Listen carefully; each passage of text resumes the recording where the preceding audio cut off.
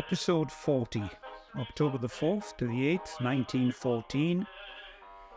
Antwerp Adventure, Shells and Burning Oil, by Reverend Canon H. Clapham Foster, M.A., Temporary Chaplain to the Royal Navy. Read by Peter Welsh.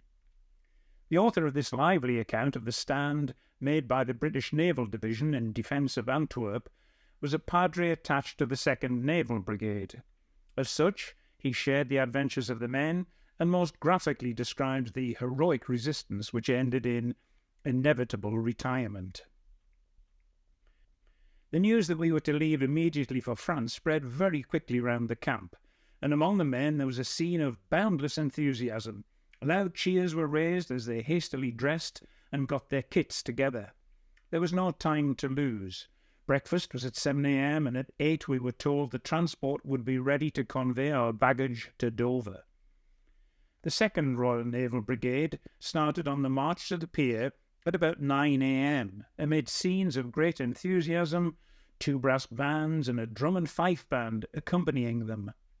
The men selected some curious words for their own special marching songs, and these are, as a rule, set to familiar melodies. It would have astonished, not to say shocked, the Salvation Army had they heard the following words sung to a hymn tune when passing a public house.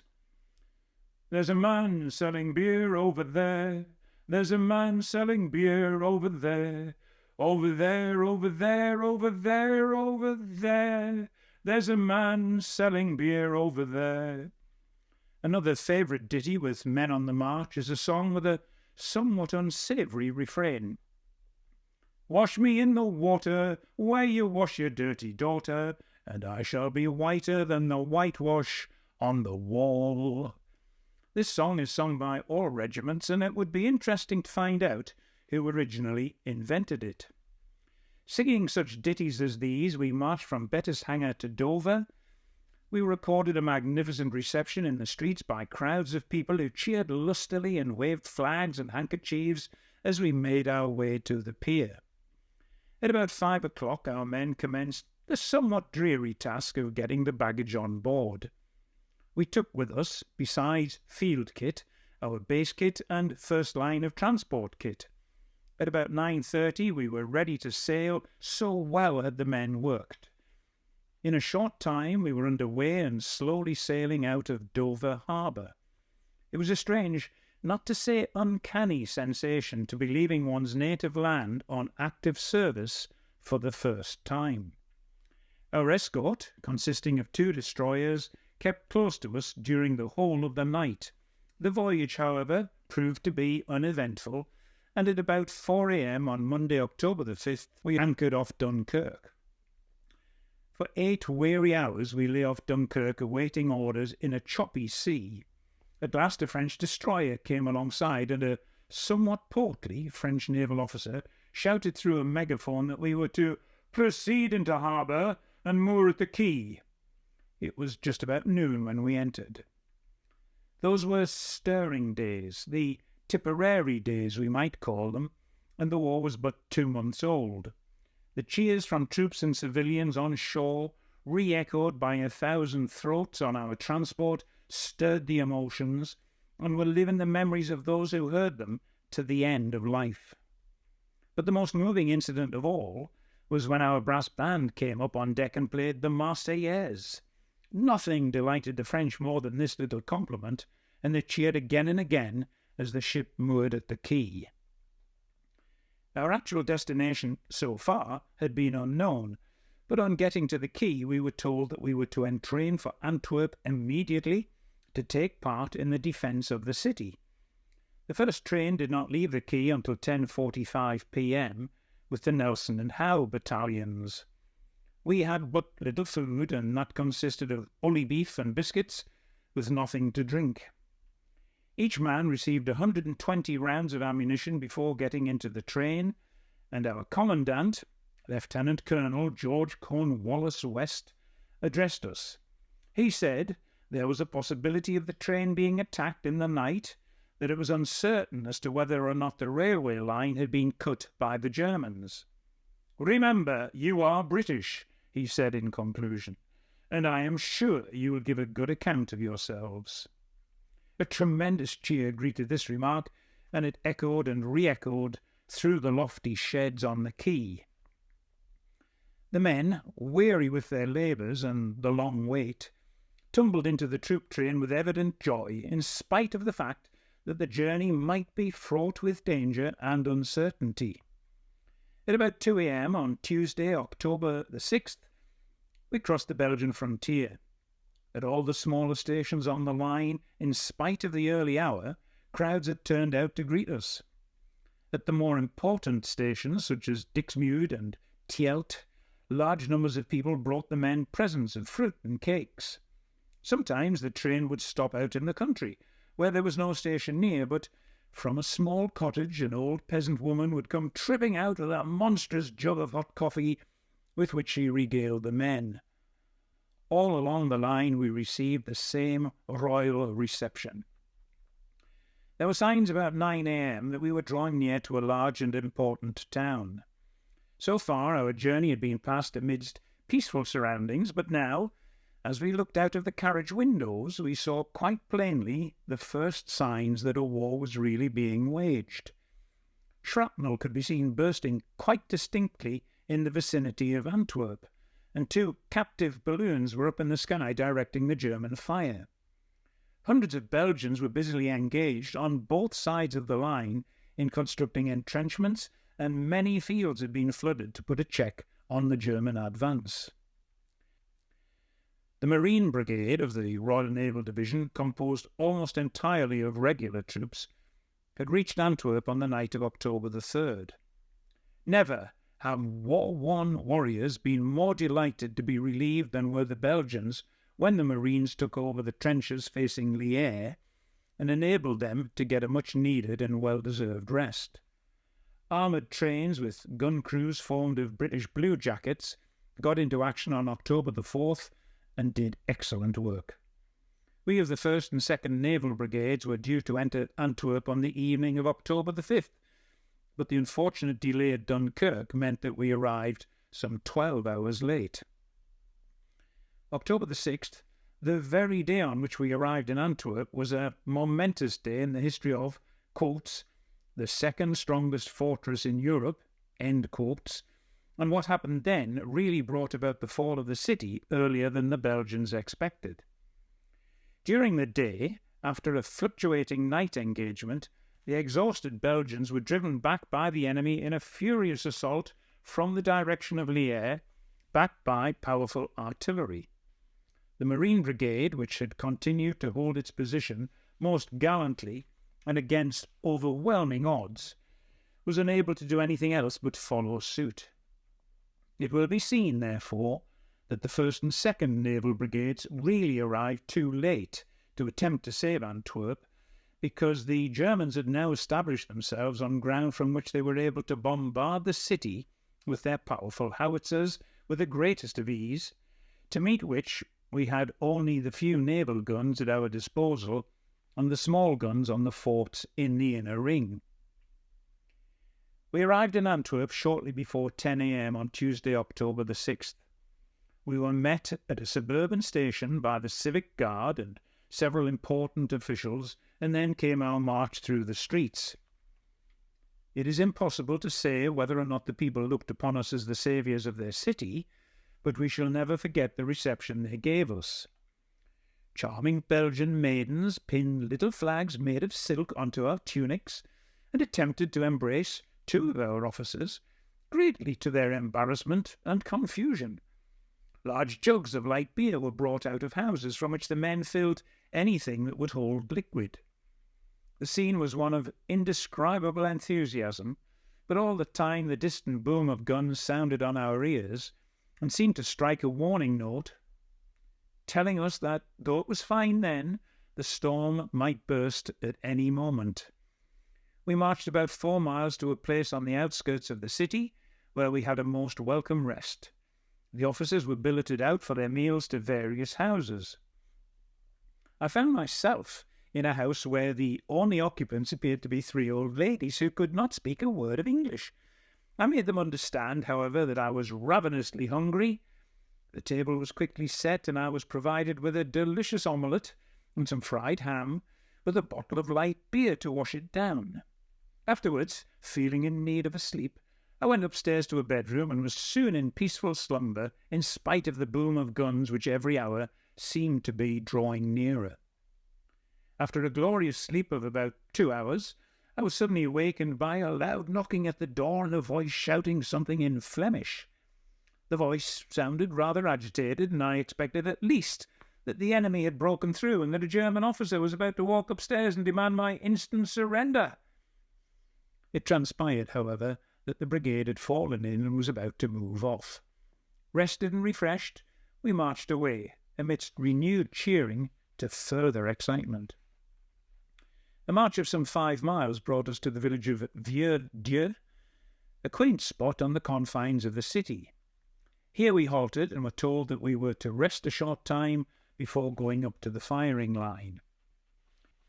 We were told that we were to be quartered for the night in an old chateau, standing in its own grounds and surrounded by trees. There was abundant evidence that its occupants had been wealthy people and that they had fled away in haste. There was a quantity of valuable furniture, and we found everything just as its late owner had left it. We ascertained that one of the servants belonging to the house was still at her home in the village, and after a good deal of persuasion we succeeded in getting her to come and cook some supper for us. Those of us who are still alive will not readily forget the scene in that old room of the chateau. There we sat round the table, a light being supplied by a candle stuck securely in the neck of an empty bottle, eating like the gourmands who haunt Simpson's in the Strand and other famous eating houses. Plates and forks were scarce, but pocket knives came in exceedingly handy. The windows had been plastered up with brown paper so as not to let out a single streak of light. There sat such well-known personages as Lieutenant Colonel George Cornwallis West, Arthur Asquith, Dennis Brown and Rupert Brooke, eating pieces of veal with their fingers and drinking coffee out of tumblers and milk jugs. At the bottom of the garden which surrounded this chateau was one of the Antwerp forts, and so sleep was practically impossible, as the guns were cracking out every few minutes, shaking the house to its very foundations. Not far off, the 6-inch naval guns were also speaking with no uncertain voice, while every now and then the whistle of the enemy's shells was distinctly heard, followed by the sound of distant explosions. At 2 a.m. next day, that's Wednesday, October the 7th, we were awakened by a Belgian officer and were told to fall in at once and leave for the front trenches. We had a most romantic march in the darkness to Fort No. 7, one of the forts on the inner ring. It was a calm, still night, and the men marched along quietly, having been warned of the serious nature of the task in front of them. At dawn we reached our destination, and for the first time saw the trenches that were to be our home for only 2 days. These open trenches had been cleverly constructed by the Belgians, but they would have proved utterly useless had they been subjected to a violent bombardment. They linked up the forts of the inner ring, which were 50 years old and mounted with inferior Krupp guns. Our trenches were at the end of a large turnip field, and about 150 yards behind them there was a modern villa surrounded by a pretty garden. It was empty and devoid of furniture, and in this house the doctor and I were installed and were told to transform it into a hospital. A meal was just about to be prepared in the kitchen of our new home when the fleet surgeon came to tell us to clear out of it immediately, because as a hospital it was quite unsafe and might be shelled at any moment. We took up our abode finally in a bomb-proof shelter, or dugout, some 12 feet long by 6 feet wide, the roof being formed of steel plates an inch thick, laid on strong iron girders. It was a pitch-dark night and very cold. Suddenly the alarm was given and our men opened fire. I went out into the open and watched. There were our men blazing away and peering into the inky blackness of the night. Shells began to burst all around us. I only just had time to run under cover when a shrapnel shell burst over us. No one can say definitely what happened, except that some Deutschers had evidently crossed the river and were detected while making a reconnaissance. There were several other alarms along the line held by the Naval Division during the night, but the fighting never actually got to close quarters. During the first surprise attack, 7 Belgian gunners in the fort close to us were killed. We were fortunate in having very few casualties, and they were mainly slight shrapnel wounds. The men had kept remarkably cool during a trying experience and were only disappointed that no opportunity for using their bayonets had come their way.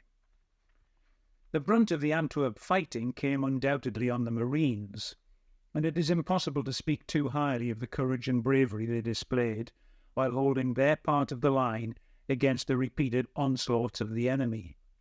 They were called upon to stand and face heavier shelling than either of the 2 naval brigades, and their grit and devotion to duty set us all a noble example.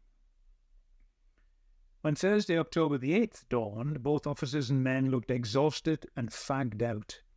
Stores were getting somewhat low, and for breakfast we each had a tin mug of coffee, 1 biscuit, a piece of bread, and a small bit of cheese. It was evident that the German artillery had advanced considerably nearer during the night.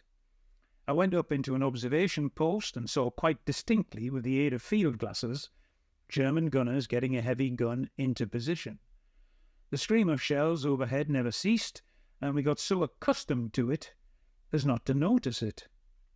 Shortly after midday, dense clouds of black smoke began to ascend into the sky, darkening the sun and the whole horizon for miles until it began to be more like evening than noonday. Inquiry elicited the fact that these huge columns of smoke came from the petroleum tanks at Hoboken, which had been set ablaze by the Belgians themselves in order to prevent the Germans getting hold of one of the largest stores of petroleum in the world. Meanwhile, the sound of the German guns seemed to have come closer, and shells began to burst unpleasantly near. Some parts of the line held by the Naval Division suffered heavier bombardment than others, but so far, luckily for us, most of the shells were, as the men put it, non-stop for Antwerp. It is perhaps somewhat difficult for those who were not there to imagine the utter hopelessness and despair of the men who had been sent with the intention of defending Antwerp. Unknown to us, the fate of Antwerp was decided before we arrived. We had absolutely nothing with which we could reply to the German siege batteries. All that we could do seemed to be to wait as calmly as we could for the end. About 5 o'clock, darkness was setting in. Antwerp was seen to be on fire in some quarters. Our baggage party arrived and said that the railway station at Wilrijk, in which our baggage had been stored, was in flames. This tragic piece of news made many an officer draw a long face as he proceeded to enumerate the various articles of value he had tucked away in his valise, which he was never to see again. The doctor and I had been sitting in our dugout for a time, wondering what would happen next, when the drum major put his head in at one of the openings and exclaimed in a low voice, "We have to clear out immediately, sir, as we are almost cut off on all sides, and they intend using their heavy guns against us tonight." Our men loathed the idea of a retreat, but the majority realized that every minute the position was becoming more critical, and that immediate retreat was our only hope of escaping capture. Almost all the Belgians had gone, except those in the forts, and in our covering fort only 1 Belgian gunner remained. One of our naval gun crews gallantly offered to remain and work the guns in order to cover our retreat, which they did up to the very last minute. In order to cross the Scheldt, we were forced to pass by the blazing petroleum tanks at Hoboken. The road was narrow, but it was the only road left. The fumes were overpowering, and the intense heat provided too much for some of the men. The flames at times blew right across the road, and large German shells were falling in amongst the tanks at the rate of 4 a minute. Sometimes a shell would burst with a terrific report in the boiling oil, and flames shot up to the height of 200 feet. As we approached the blazing tanks, it was like entering the infernal regions. The burning oil had flooded a field on one side of the road, and dead horses and cattle were frizzling in it. "Now, boys," shouted an officer, "keep your heads and run through it." And we did, but I don't know how we did it. Once we'd got past the oil tanks, we were in comparative safety for 100 yards, because the road was sheltered. But then for some 1,000 yards, it was exposed again to the enemy's fire. We were ordered to run at the double over this bit of road, and most of us were fortunate enough to reach the pontoon bridge over the river. A spy was caught by one of our battalions in the act of trying to blow up this bridge, but his designs were frustrated just in time, and a bayonet ended his career. Sentries were posted at intervals while we went across and shouted, "Change your step," every few yards. At last we were safely on the other side and breathed again. The relief felt by all ranks on getting across the river can hardly be imagined, and although even there we were by no means out of danger, yet we knew that a most important step had been taken.